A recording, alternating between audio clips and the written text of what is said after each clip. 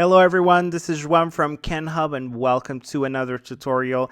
This time I'm going to be talking about the membranes, the ligaments, and also the muscles of the larynx. And you probably by now are thinking that what am I doing? I'm combining three huge topics into one tutorial, but I wanted to give you a general overview of all of these structures combined into one tutorial so you can have a good overview of this structure of your body that you see now on the screen, your larynx. Now, what I'm going to be doing here on this tutorial are these topics. I'm going to go through them. And the first one is a logical one. I want to define the larynx, clarify what is the larynx. Now, followed by that, I'm going to cover the cartilages, which are structures that you find within the larynx. Then followed by the membranes and ligaments. And then I'm going to finalize this tutorial with the muscles of the larynx. So let's start here with the very first topic on our list, the larynx. What is the larynx? Let's define this structure. This structure is usually subject of confusion, and we need to clarify it right now on this tutorial before we go and talk about every structure that you find within the larynx. Now, this is an intricate anatomical complex that you find, as you can see here on this image, within your neck. And we're looking at the anterior view of the neck, and you can clearly see here the larynx. And it is comprised of different soft and hard tissues. As you've seen on the list that we talked about in the beginning, it's comprised of muscles all the way to cartilages. We're going to be covering them here on this tutorial. Now, it's important to mention that this structure allows us, human beings, to articulate sound. Without it, I couldn't be doing this tutorial right now. And also, this is going to be the inlet that's going to have air coming through and go all the way to your lungs and also out of your lungs. So this is an inlet where air passes through, and we're going to see more or less a bit more details of where it's going to go through. Now, also important to mention is that if you want to give exact coordinates of where to find the larynx in your body, you can say that it's found in the midline of the human body at the level of the 3rd to the 6th cervical vertebrae. And also another important thing for your notes is that the larynx connects the pharynx to the trachea. Before we move any further, I want to make a clarification between two structures that we already talked about briefly, the larynx, which is the subject of this tutorial, and also the pharynx, which has a very similar name and sometimes can be subject of confusion. Believe it or not, it has been for me. It was subject of confusion, and I definitely have to clarify this for myself and now for you guys. Now, what you're looking at right now is an image of the dorsal view or the posterior view of your neck of the pharynx. If we were to cut it open, we cut the muscles of the pharynx, as you can see here, and open them or open the pharynx as a book, like a book, as you can see here, exposing the structures, clearly seeing the connection between them. And this is how we're going to make the distinction between these two structures. Now, as you can see here, there is here the nasal cavity or part of the nasal cavity and also the oral cavity. You notice here the root of the tongue. Now, keep in mind that the pharynx is going to be an entrance hallway. Imagine that we're talking about a house. The nasal and oral cavities will serve as a door where food and air is going to come through. And then there is an entrance hallway called the pharynx where they're going to then be or split into different places in your body, into two different corridors, let's say. One is going to be this one right here, the structure that we're going to talk about on this tutorial, the larynx, where air is going to go through. And then the other one is going to be this one right here, the esophagus, where food is going to go to. And as you know, the esophagus is then connected to your stomach. If we were to remove the esophagus and the thyroid gland, you can clearly see that the larynx, this inlet that we're going to talk about, is connected to the trachea. And as you know, the trachea is then connected to the lungs. So you can clearly see that this, or the larynx, serves as the inlet for air to come through. So now the distinction is done between pharynx and larynx. We are definitely ready to move on and talk about the larynx in a lot more detail. Now let's move on to the second topic on our list, the cartilages of the larynx. Now what you need to know is that there are 9 in total, 9 individual cartilages. So 3 of them are paired and 3 are not. And if we count them all, then there are 9 in total. And the first group of them that we're going to talk about are known as the hyaline cartilages. Now, the first one on the list of the hyaline cartilages is this one here, that is the largest of all laryngeal cartilages and is known as the thyroid cartilage. Now, the thyroid cartilage is comprised of 2 laminae. You can see here on the image on the right side, 2 laminae and 1 lamina here that will then fuse on the lower third, as you can see here. So they will fuse these 2 laminae. And keep in mind, yes, lamina is singular, laminae is plural. Now, on the superior portion of these 2 laminae, you see that they're not fusing, which allows the formation of what is known to be the laryngeal notch. Now, the thyroid cartilage is somewhat famous because it defines one of the landmarks in your body. If you look at your neck, especially the neck of men, you notice the Adam's apple. Now, the thyroid cartilage is what defines this landmark, specifically this prominence here that is known as the laryngeal prominence, and this is what defines the Adam's apple. So if you want to be a little bit more technical next time you talk to your friends, just say, look at my laryngeal prominence. I would say this wouldn't be a common practice, but okay, you can use a more technical term from now on. Now, what I'm going to do now is to move on to also the posterior view of the thyroid cartilage using that image that I talked about to distinguish larynx versus pharynx. And you can still see here the thyroid cartilage in green because I want to show you this membrane here. This is known as the thyrohyoid membrane, which we will briefly mention later on as well. But you can also see here in this image, if I were to close one of the portions of the muscular layer of the pharynx and strip the other one completely, you can see more structures exposed, including the thyroid cartilage, which you see that the thyrohyoid membrane is connecting the superior part of the thyroid cartilage with the hyoid bone. You see a portion of the hyoid bone right here. So this thyrohyoid membrane is connecting these 2 structures. So let's move on to the next one, the second cartilage on our list, hyaline cartilage. It's known as the cricoid cartilage. Now, the cricoid cartilage is shaped as a signet ring, and you can notice here that the signet-shaped lamina faces posteriorly. Another important thing to know about the cricoid cartilage, and you can notice here in this image, is that it's a complete ring of cartilage, so no interruptions like we've seen on the thyroid cartilage. Now, another important thing to also notice here on the cricoid cartilage is on the inferior portion.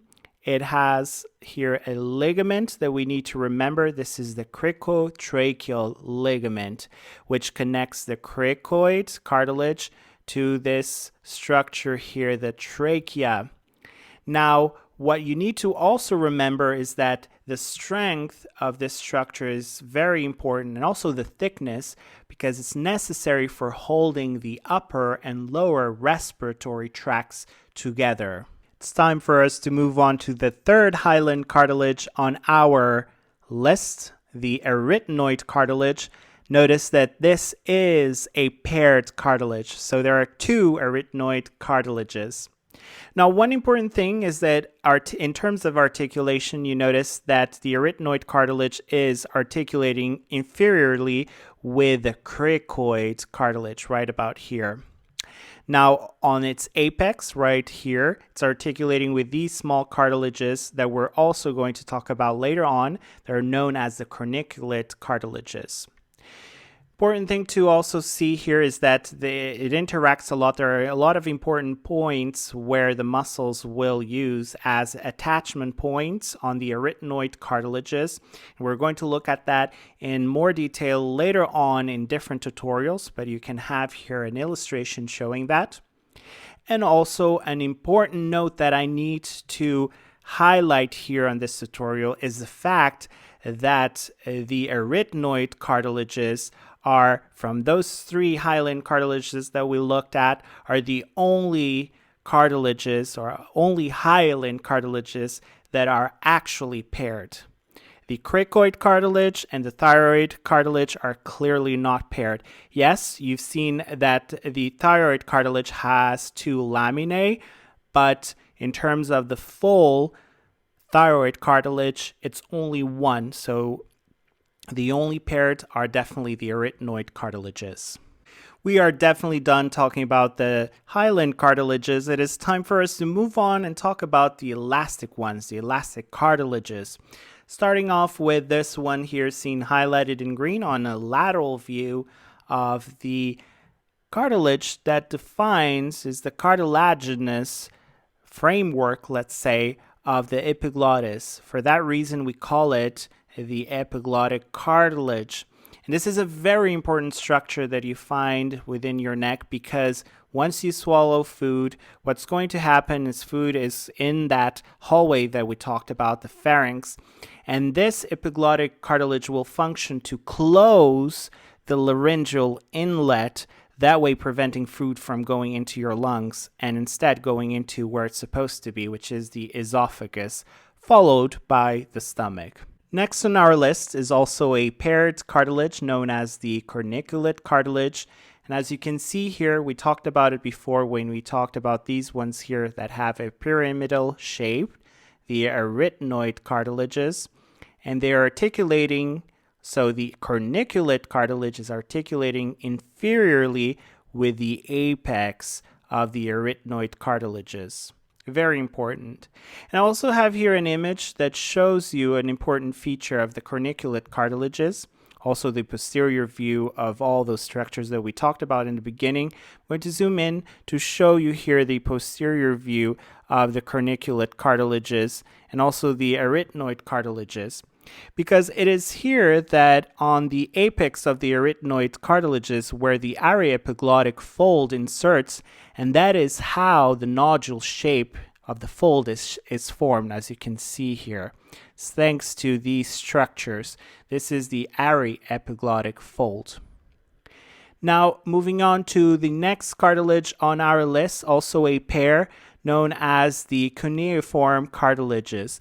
Now keep in mind that here you can see the actual cartilage. It's covered in this layer here of, let's say, the mucus layer that you cannot see, that does not allow us to see these very small cartilages that are elongated pieces placed on either side of the aryepiglottic fold.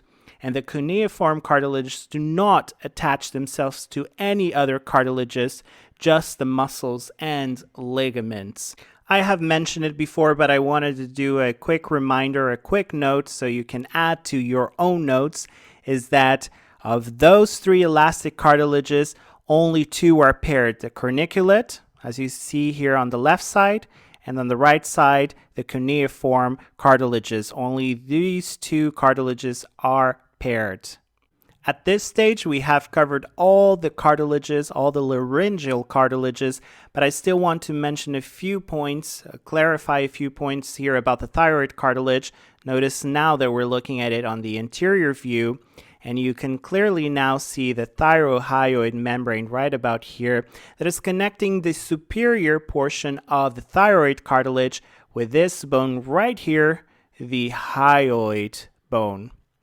Now, what I also want to mention about the thyroid cartilage is that it contains a few structures, a few projections that are paired, and they're important to mention also and to highlight on this tutorial.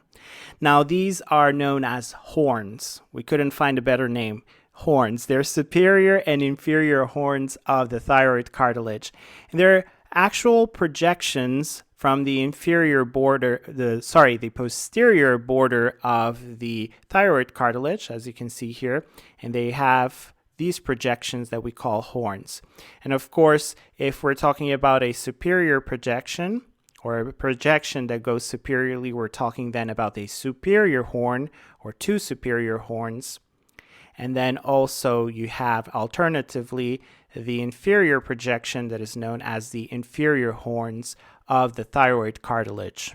Moving past all the cartilages, we're going to go to the third topic on our main list, the membranes and ligaments of the larynx. Now, what we're going to do, I want to cover 9 of the major ligaments and membranes that we need to, I think they're the most important ones to remember.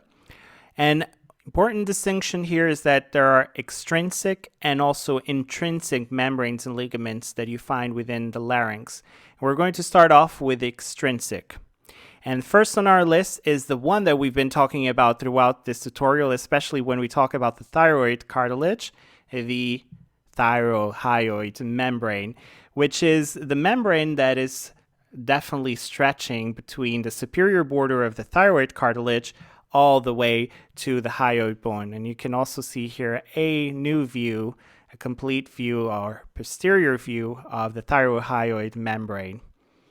Now, moving on to the next one, this is a small one, let's say a small ligament or 2 ligaments that you find on the posterior side of the thyrohyoid membrane. They're known as the lateral thyrohyoid ligaments.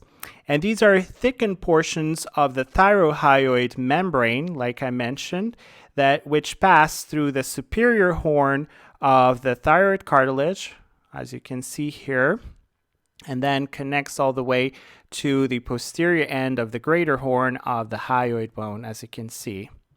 Moving on to the next ligament on our list, this one seen here anteriorly now, known as the median thyrohyoid ligament.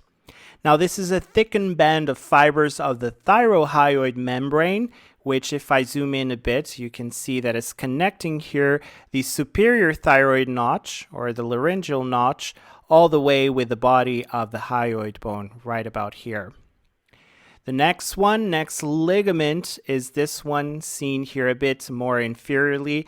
This is known as the median cricothyroid ligament. And this is a band that is a part of the conus elasticus, as you can see here, and connects anteriorly with the inferior border of the thyroid cartilage, as you can see here, all the way with this arch of the cricoid cartilage, right about here. You can also see another image laterally where we can show the inferior portion of the thyroid cartilage, which this ligament is connecting all the way with the arch of the cricoid cartilage.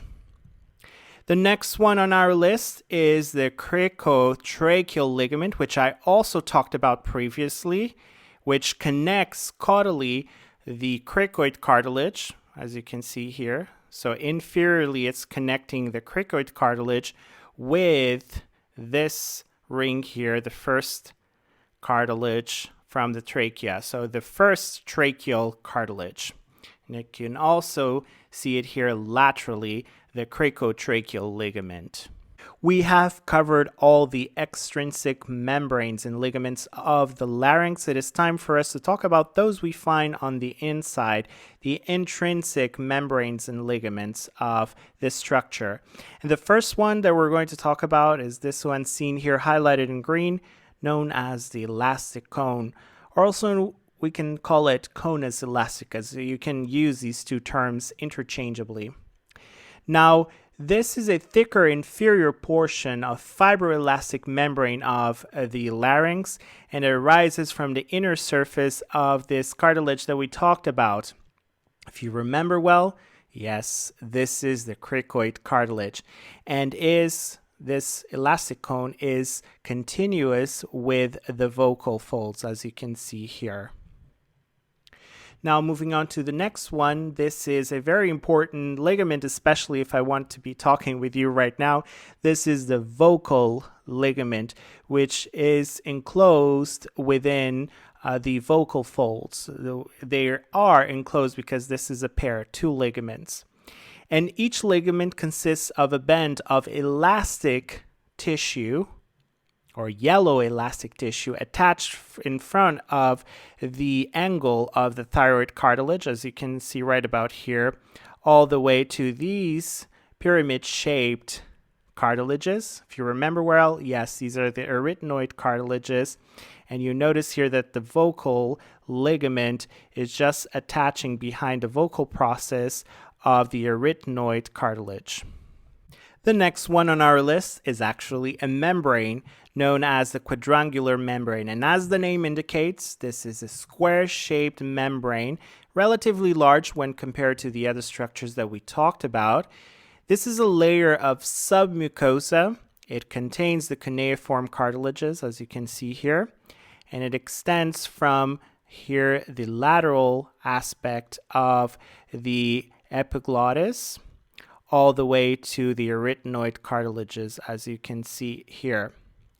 Now, the superior border is in the aryepiglottic fold. So as you can see here, this is clearly a definition, what actually defines the aryepiglottic fold.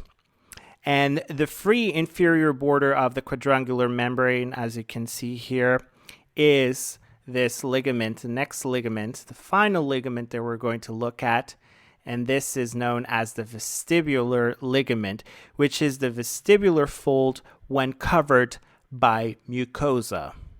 It is time for us to move on to the last topic on our list, the muscles of the larynx.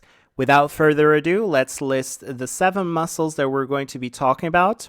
The first one, the cricothyroid, followed by the thyroarytenoid, then the posterior and the lateral cricoarytenoids, the transverse and oblique arytenoids, and then finally the vocalis. Let's start off with the very first one on our list, seen here highlighted in green. This is the cricothyroid muscle. Now notice here that the origin point is going to be the arch of this structure here that we talked about, the arch of the cricoid cartilage, and then it's going to insert on the lamina of the inferior horn of the thyroid cartilage. Now, this structure is important because it increases the tension on the vocal ligaments. Another important thing that I need to add, other than just these muscles for more context, I need to add that this is the only laryngeal muscle that is supplied by the external laryngeal nerve, whereas all the others are supplied by the recurrent laryngeal nerve. Now let's move on to the next one on our list. This muscle, also seen here highlighted in green, it is known as the thyroarytenoid muscle.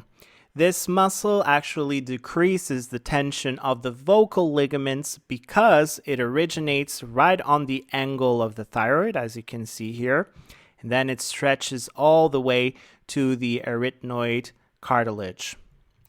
Now, another muscle that I want to talk about before I include all the muscles so you can see the thyroarytenoid muscle in context, we're going to now move on to the next one. And this one is an 8 muscle. It's not included in the list that I talked about of the 7 muscles, but I wanted to include because sometimes this is considered as a separate muscle, and it is known as the thyroepiglottic muscle. And it is a considerable number of fibers of the thyroarytenoid muscle that are prolonged into the aryepiglottic fold. So as you can see here, now I'm adding the thyroarytenoid muscle so you can see the prolonged fibers that then are considered as a separate muscle, the thyroepiglottic muscle. The next muscle on our list is going to be this one, seen here also highlighted in green. This is known as the posterior cricoarytenoid muscle. Now, as you notice, this muscle is originating from the posterior lamina of, or the posterior portion of the lamina of the cricoid cartilage. and it goes to insert on the muscular process of the arytenoid cartilage. Now, an important point that I need to add here about the posterior cricoarytenoid muscle is that this muscle is responsible for opening an important structure within the larynx known as rima glottidis. Now, this is a space, or an opening that you find between the vocal cords and also the arytenoid cartilages. Now, there are other muscles that are going to contribute for the closing of this structure, the rima glottidis, and these are going to be the lateral cricoarytenoid, the transverse arytenoid, and also the oblique arytenoid muscle. So write it down that these muscles, this list will actually do the opposite function of the posterior cricoarytenoid muscle. Next muscle on our list is this one that you see on the screen right now. This is known as the lateral cricoarytenoid muscle. Now, as you notice, it's originating from the lateral portion of the arch of the cricoid cartilage, and then inserts right next to the posterior cricoarytenoid muscle on the arytenoid cartilage, as you can also see here on this image. Now, moving on, we can talk about the next muscle on our list, this known as the transverse arytenoid muscle. Now, this muscle is originating from the muscular process of the arytenoid cartilage and fastens itself to the muscular process of the opposing arytenoid cartilage. The next muscle is going to be this one seen here in a very similar location to the previous one, and this is known as the oblique arytenoid muscle. Now, the oblique arytenoid muscle has an interesting origin and insertion, and as you can see, it's originating from the muscular process of this arytenoid cartilage, and then it's supposed to go and insert on the opposite side on a different arytenoid cartilage, specifically on the apex. As you see, the other portion that should be coming from the other side and is now inserting here on the apex of this arytenoid cartilage. Also notice here in this image that the oblique arytenoid muscle lies on the surface of the transverse arytenoid muscle. Now we're going to be talking about the last muscle on our list, this one that you see on your screen. This is known as the vocalis. And this muscle is originating from the posterior surface of the thyroid cartilage, as you can see here, and goes all the way to insert on the vocal process of the arytenoid cartilage. Now that you just completed this video tutorial, that is time for you to continue your learning experience by testing and also applying your knowledge. There are 3 ways you can do so here at Kenhub. The first one is by clicking on our Start Training button. The second one is by browsing through our related articles library. And the third one is by checking out our atlas. Now, good luck everyone, and I will see you next time.